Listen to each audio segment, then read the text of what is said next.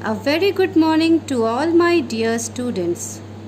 Children, we have been studying division for a long time and now we have come to an end of the chapter.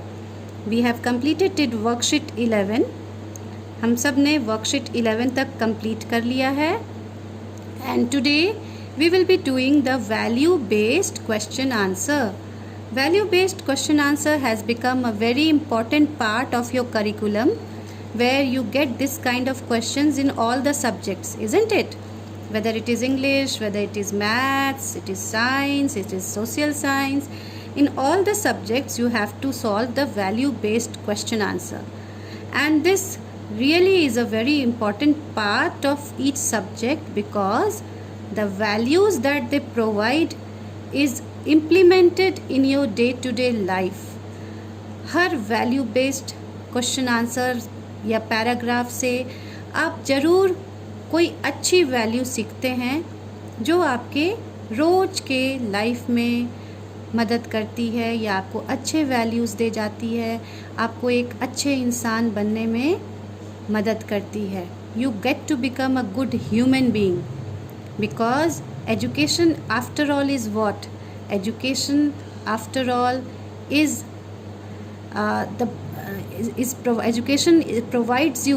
education is providing you to become a good human being. First, a good human being who not only serves his society, who is always ready to serve his nation, isn't it?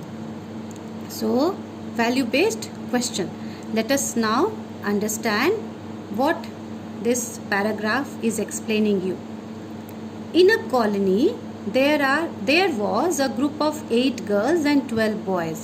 एक colony में 8 girls और 12 boys रहते थे. All of them were keen to protect their environment. Keen means eager, इच्छुक होना. Environment, you all know, environment means what? वातावरण. ये सारे बच्चे बहुत ही इच्छुक रहते थे कि वे अपने वातावरण को, अपने एनवायरनमेंट को प्रोटेक्ट कर सकें, उसकी सुरक्षा कर सकें.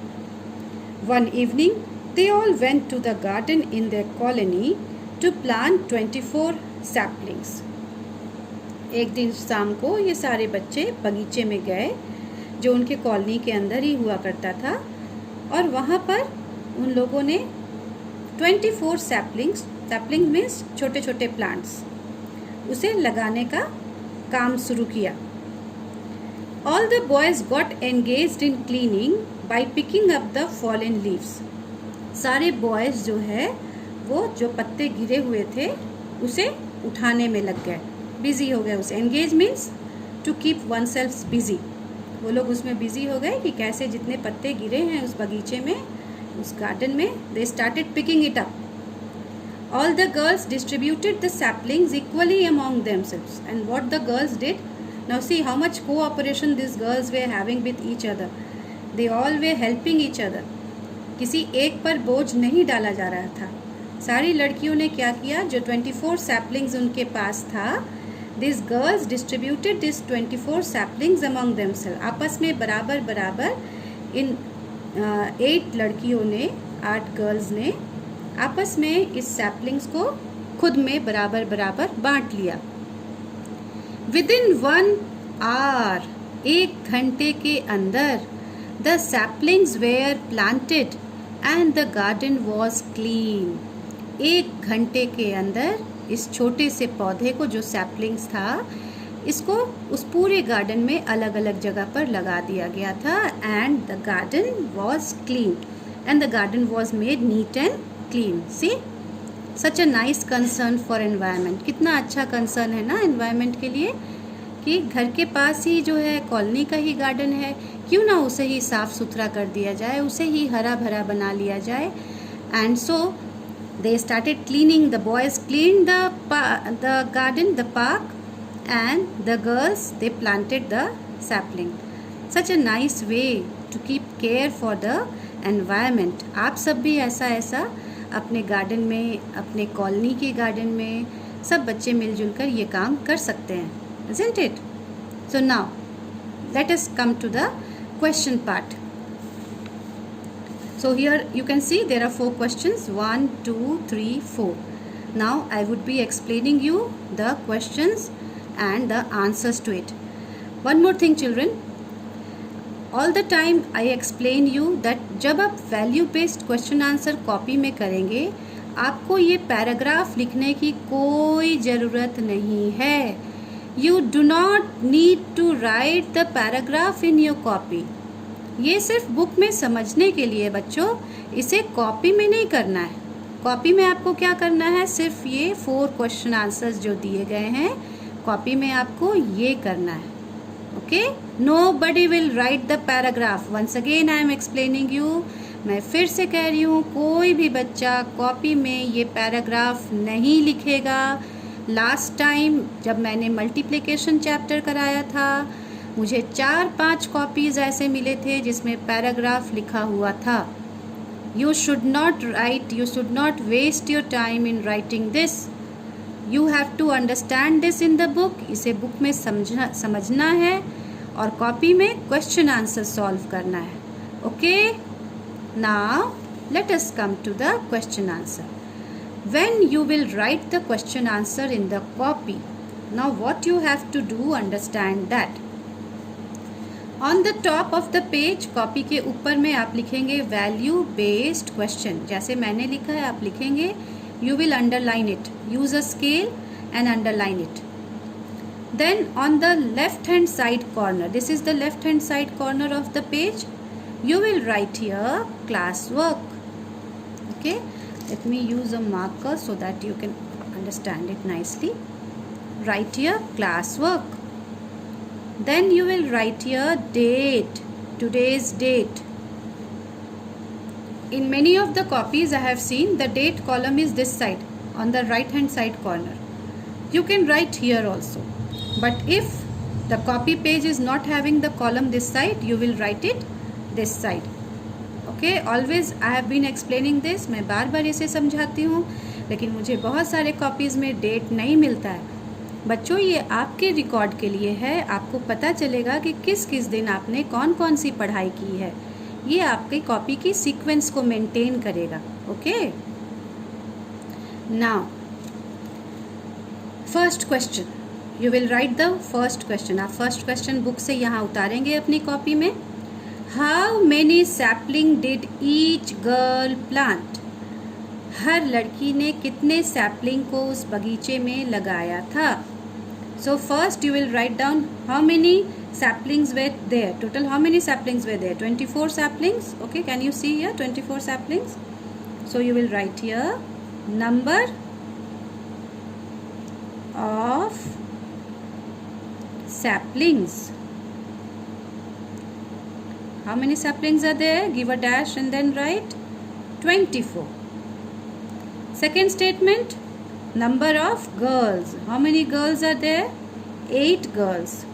So write here number of girls.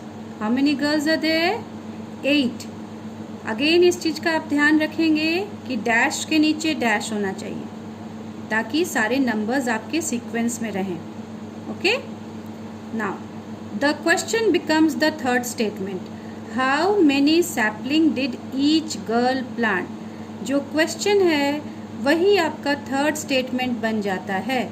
How many saplings? कितने saplings हर लड़की प्लांट करती है. So number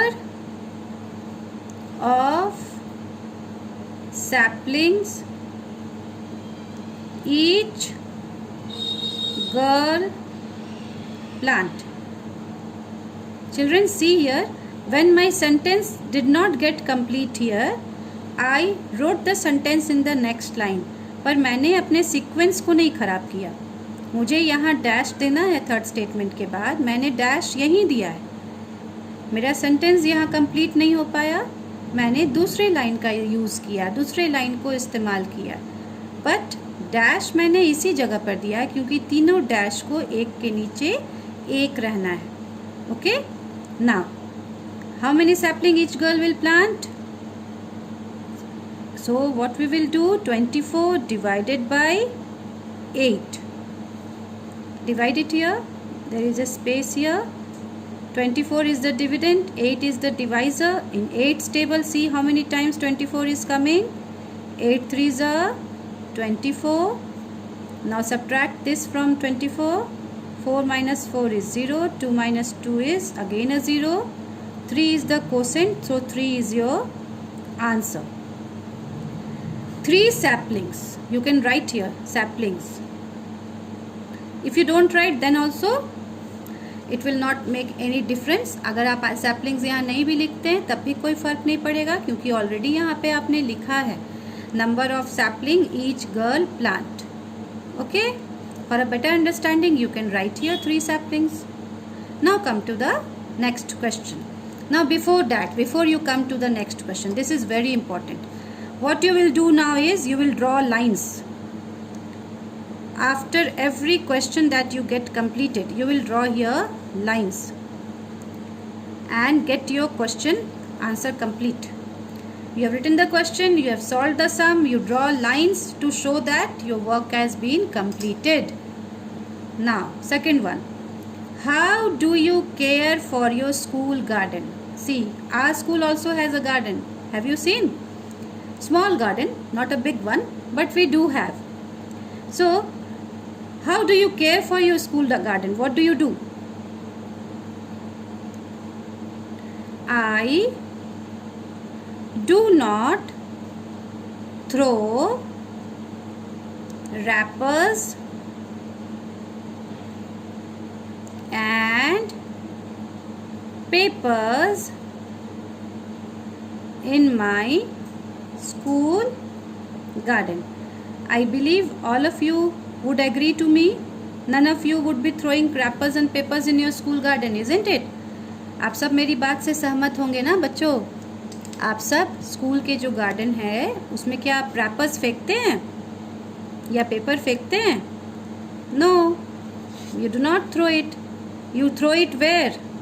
you throw it in the dustbin of the school, क्योंकि स्कूल आपका है और हर बच्चे को अपने स्कूल को साफ रखना है, सुंदर रखना है, उसे गंदा तो बिल्कुल नहीं करना है. Next, third question. Again see, I have drawn a line so that my answer gets completed. I have to show that मैंने लाइन ड्रॉ कर लिया है, मेरा सेकेंड आंसर कंप्लीट हो चुका है. This is the reason why I am drawing the lines. Third question. Suggest other ways to keep the environment clean. आप कोई दूसरे तरीके को बताएं जिससे कि आप अपने एनवायरनमेंट को साफ रख सकते हैं, अपने वातावरण को साफ रख सकते हैं. क्या तरीका हो सकता है? Tell me. Suggest other ways to keep the environment clean. We should not throw papers here and there. हम सब पेपर्स, कागज जो भी होता है उसे यहाँ वहाँ ना फेंकें. We should always use dustbin for throwing waste. किसी भी वेस्ट को, किसी भी गंदी चीज़ को फेंकने के लिए हमें किस चीज़ का इस्तेमाल करना चाहिए? डस्टबिन का. If each one of us take care of these small things, then our environment would really be a beautiful, a wonderful place. Our environment would be neat and clean, and we all will live in a very healthy environment. अगर हम सब इन छोटी छोटी बातों का ध्यान रखें तो हम अपने एनवायरनमेंट को बिल्कुल साफ सुथरा रख सकते हैं and we can lead a healthy life. I have given you 2 examples. If you have any more in your mind, you can write that also. अगर आपके पास और भी आइडियाज़ आ रहे हैं, और भी कोई दूसरे तरीके हैं जिससे आपको लगता है कि आप एनवायरनमेंट को साफ रख सकते हैं, you can write that also. Okay? Now, number 4. Which value is reflected by the children? बच्चों ने ये जो गार्डन को साफ किया, इसमें आपको बच्चों के कौन से वैल्यूज़ नज़र आ रहे हैं, कौन सी अच्छी उनमें आदतें नज़र आई हैं, कौन सी चीज़ वे सीखे हैं इसको साफ करके, क्या वैल्यू वो रिफ्लेक्ट कर रहे हैं, क्या वो दिखा रहे हैं, क्या वो सीख दे रहे हैं आप लोग को, which value they have reflected. So the values, first of all, concern for the environment. वे अपने environment के लिए concern दिखा रहे हैं, that they really love the environment, they are keeping it neat and clean. Okay, the first one, this is the value concern. चिंता, अपने वातावरण के प्रति चिंता है उन्हें. Okay, second one, what more values they are showing? Cooperation, children. एक दूसरे की मदद करते हुए वे ये काम कर रहे हैं. See here, they all are doing it together. They are helping each other. कोई एक बच्चा ये सारा काम नहीं कर रहा, सारे बच्चे एक दूसरे की मदद करते हुए they all are helping each other and they are keeping the garden clean. All the girls, they are planting the sapling, the boys, they are picking the leaves. They all are helping each other in making the garden clean. Okay, these two values I have written, and if you find many other values also, you can write it. आपको कुछ और भी अगर समझ में आता है, कुछ अच्छे values नज़र आते हैं इन बच्चों में, you can write that also. Once again you will draw lines and you will complete your answer. Okay, so this is your classwork. You will complete the classwork in your classwork copy and you will show it to me. Okay children, now come to the last part of division chapter, that is the brain teasers. In every chapter you have the last part, that is the brain teasers part, जहाँ summary आता है पूरे chapter का. और यहाँ पर इस chapter में आपको दोनों चैप्टर्स के समरी दिए गए हैं, multiplication as well as division. Okay, in this chapter, this end of this chapter, you are having the summary of both multiplication chapter also, division chapter also. So let me explain you brain teasers. The first one, tick the correct answer. Correct answer को आपको tick करना है. If dividend is equal to 18, dividend 18 है, divisor 6 है, quotient 3 है, then what will be the division fact? Do you remember I have explained you how do we frame the division fact? मैंने समझाया था ना आप सबको कि अगर ये तीन चीज़ दिए रहेंगे, डिविडेंड, डिवाइजर एंड कोसेंट, तो डिविजन फैक्ट हम कैसे बनाते हैं? Okay, one I will explain it to you.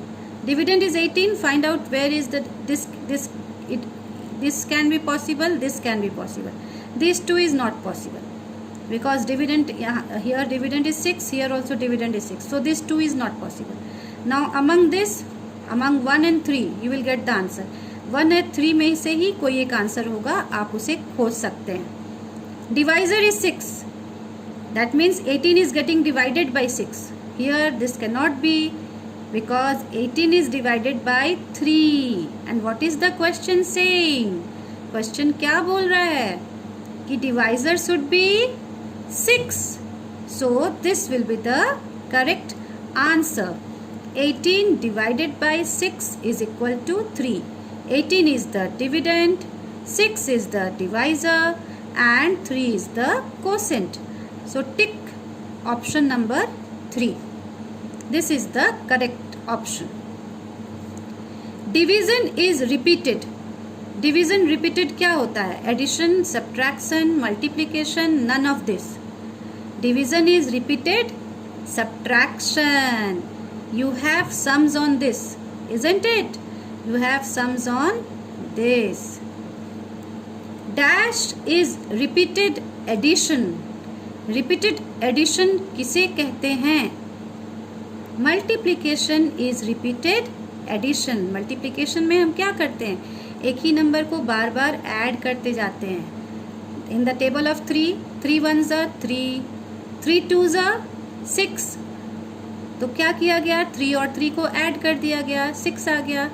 3 3s are 9.